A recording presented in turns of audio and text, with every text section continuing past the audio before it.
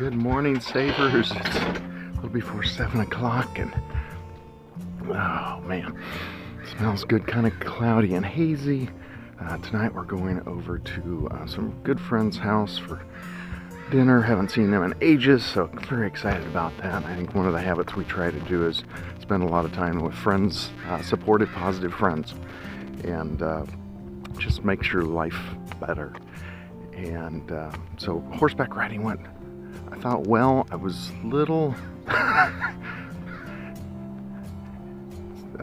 Waldo was running with me, but kind of recapping that with Tanya afterwards, she's like, no, you reined him in. You weren't out of control at any point, just going a little faster than I haven't ridden, so I'm not comfortable with a lot of stuff with riding. So it's a really good experience because everything is new and there's so much to learn. It's really, really cool.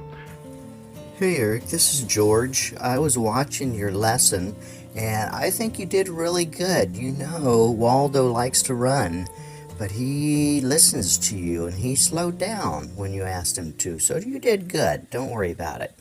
Keep practicing. So Amy Adams is our quoter for this morning around simple things, the theme.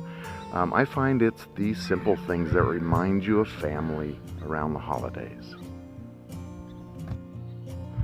Well, isn't that the truth?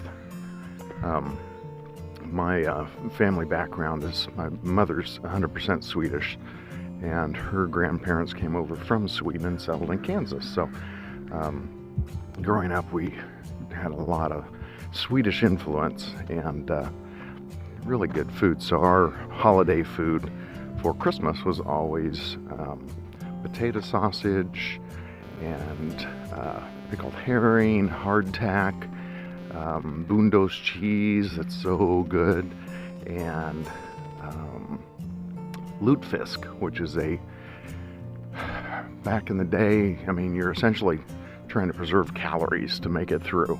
So they would, cod fishing was a big industry, and so they would dry this into almost like wood-like packed planks, and then to rehydrate it, they would put it in lye, actually, and then have to rinse it, and then you make a gravy with it, and it's horrendous. And I'll eat anything. I might have to buy some this Christmas and make it again for us, but very interesting. But and then the Swedes have a lot of great pastries and breads and things like that, sweet breads that are really good. So that kind of, those are the simple things that remind me of growing up and kind of some funny stories. But would love to hear what reminds you of family around the holidays.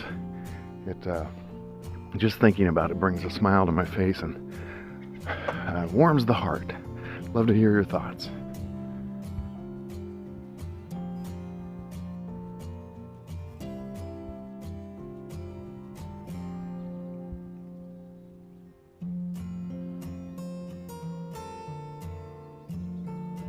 Okay, we have a daylight morning out there. There they are. Not sure who that is, if that's a friend of Frank's or an interloper, or we're thinking Frank maybe got abducted, but we're not sure. Hello, Eric. It's Frank. I hope I didn't worry you by leaving so suddenly. An old girlfriend from high school flew up, and we reconnected, so I have flown back home to Florida, and I think we're going to make a go of it. I am going to be Airbnb-ing the front yard, so I hope you don't mind. Need a little side hustle for a little cash in the pocket. Fergus and I are having a little savored moment together, aren't we, Fergus? This is his favorite spot, and he'll come sit by you, and then he'll turn over and make his chest very available to some good scratching. Right, Fergus? Yeah.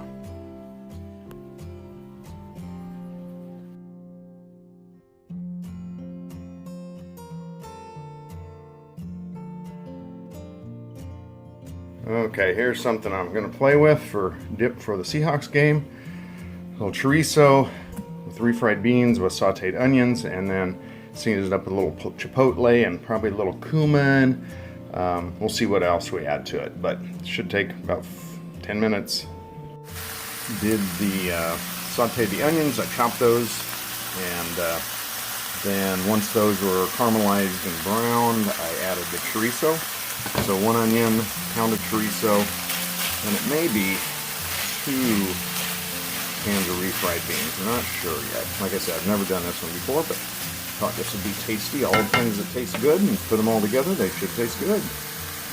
So I added a can of refried beans. You can do black beans, pinto beans, whatever you want. And then I actually had a small can of green enchilada sauce in the fridge that was open, so I added that to kind of thin out the refried beans. It's a nice dipping consistency now. Add a little heat to it, some pepper flakes, some ghost chilies, and really good on a chip. I'm going to call it the Hot Mess Meat Salsa.